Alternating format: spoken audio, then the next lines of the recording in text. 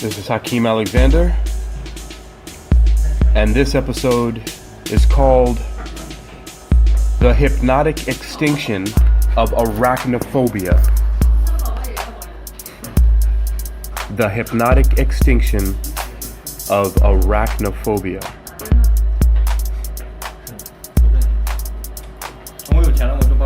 So this is actually based off of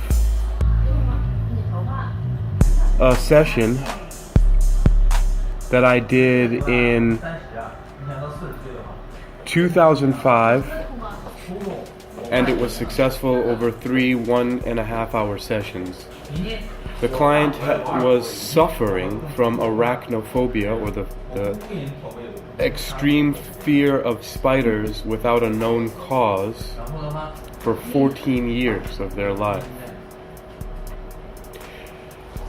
So what I'm going to describe is in part what I did with the therapy, and then also just give my suggestions and recommendations for what I believe and understand from experience will actually work the best. So this is not going to be an exact case history, case study from what I did, but it's based on what I did, and also sessions I've done afterwards and current sessions that I'm working on with fears and phobias and things like that. So this is a synthesis of all of the, I guess you could say, best practices that I found using clinical hypnosis for fears and phobias. And this is mainly for other clinicians, because recently someone of the other alumni from the Clinical Hypnosis College that I went to, the Hypnosis Motivation Institute, posted in one of our private groups that they were looking for advice on helping a client with a phobia of an animal phobia. Specifically, it was with sharks. My understanding is that when you are in command of the techniques and the methods I'm going to talk about, you'll be able to work with any fear or phobias because of the fact that it's so simple and anybody can use them. I mean, it's once you understand this and see how I put it together, it's pretty simple to be able to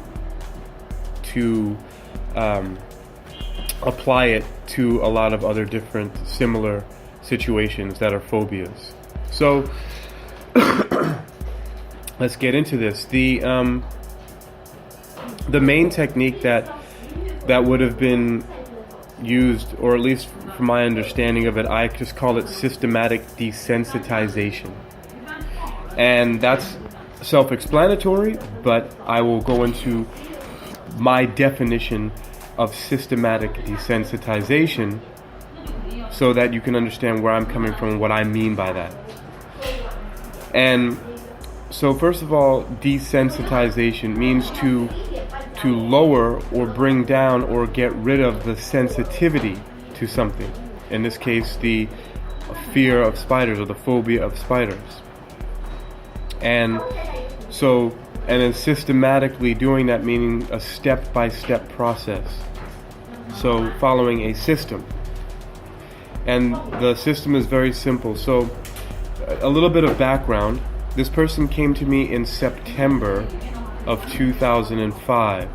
So as I was nearing the end of my training as a clinical hypnotist, and I was to go into, I believe maybe I already was, I actually already was in the clinical residency program part of it, where we were required to see clients and log and document our hours seeing clients. I don't recall exactly how many that we needed at the time. I know I exceeded it because I was seeing a lot of clients at the time. I was very excited about it, and it just seemed like I attracted a lot of really great clients to have some really good experience during my clinical residency.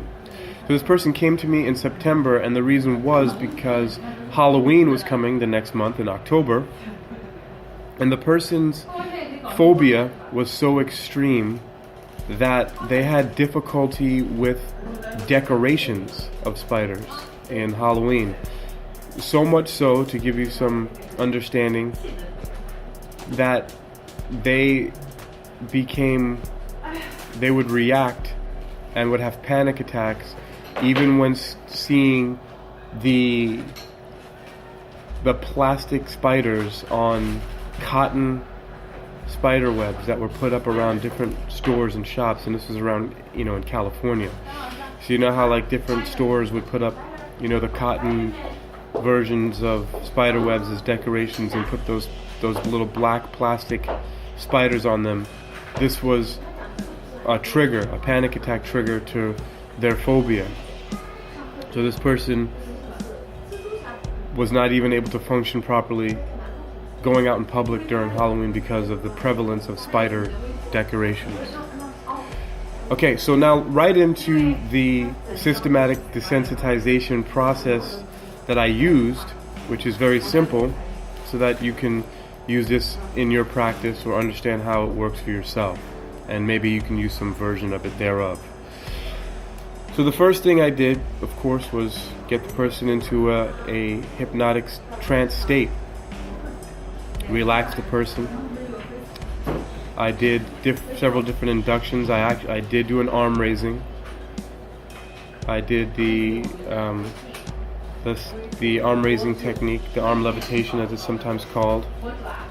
And so I don't want to get into how many different techniques need to be used. Everybody's going to be different, and however you get your client into the state is, everybody's going to work differently. So you get the person into the hypnotic state, and the first thing to do is to build up within the person, have them sample or identify something that helps them to relax and something that helps them to feel calm, because this is going to be an anchoring point. It's going to be a point where you need to bring them back into and to use this to associate with their experience with spiders to help replace the panic attacks and the phobic reactions that they're having. So the first thing is to build that up, and I actually this is one of the main things that I do now. It's the staple of my clinical hypnosis sessions is something I call emotional incubation, and it's simply just that. You sample an emotion, you build one up of relaxation in this case, for example. You help them to grow it, nurture it, to cultivate it, to incubate it, and then drop an anchor into it, whether it be a verbal anchor, something that they say, simply like the word relaxation, or you have them use a physical anchor, or use a physical and a verbal anchor, so that they can recall that emotion at will and then use it to associate it with their current experience, which is when you're in therapy. So they get that relaxation. It could be they feel really relaxed and calm when they're at the beach, or when they're taking a walk, or when they're sitting in a recliner at home, or when they're watching TV, or whatever it is, and you help them to contact that and then build upon that. So then the next thing is, I'm going to go through this really quickly. The process is very simple. What I had them do was imagine themselves being in 2 rooms removed from a simple line drawing of a spider in pencil. So imagine they're sitting in just a plain room, and it has a big giant window like those interrogation rooms that you see, but they're not two-way. You can see all the way through it. So they're in one room, and they're on one side, the far side of the room, away from the window, and then through the window is another room that has a window, and then on its near side to their window, and then on its far side it has another window. And then there's a third room that's set up the exact same way. There are 3 identical rooms. The third room has its own window, but then on the back of it, instead of there being a window, there's a wall. And on that wall, in a very decorative looking picture frame, is a pencil sketch, a line drawing with no details, no shading, nothing to give it depth or anything to make it look real, just a line sketch of a spider. And then this is when you first call in that anchored relaxation that they've incubated, that they've built up, so they can recall it and associate it with any panic feelings that they're having with that of that drawing of the spider. Okay, and then what we then did was, and now all of this is having them imagine this, of course, right? I'm doing guided imagery now, where they're imagining they're in this room, and that 3 rooms away is the line drawing of pencil of the spider in a decorative picture frame.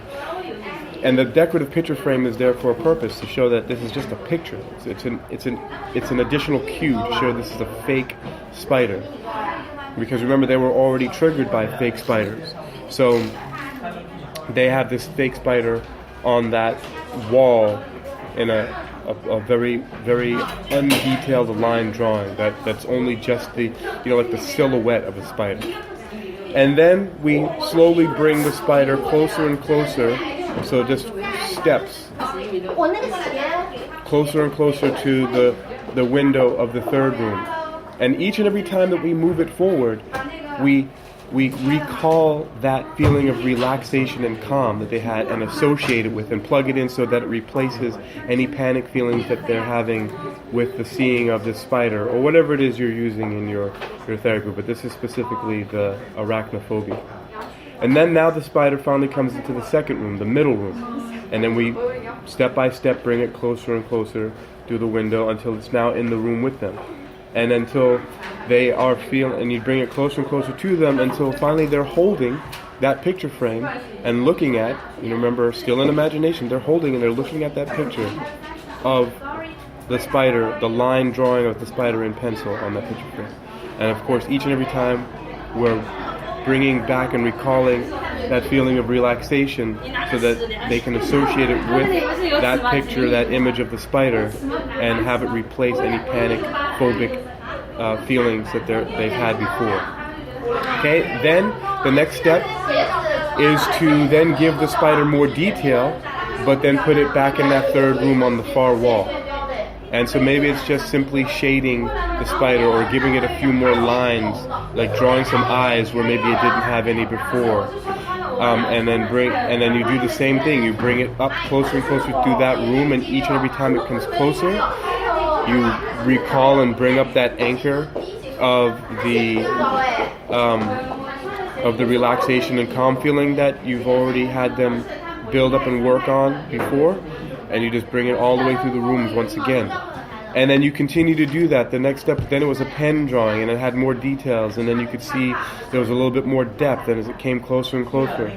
And then there was finally a point where it became like those plastic spiders that you see around Halloween, and then we did the same thing, moved that closer and closer until it was in the room with them and they were holding on to it.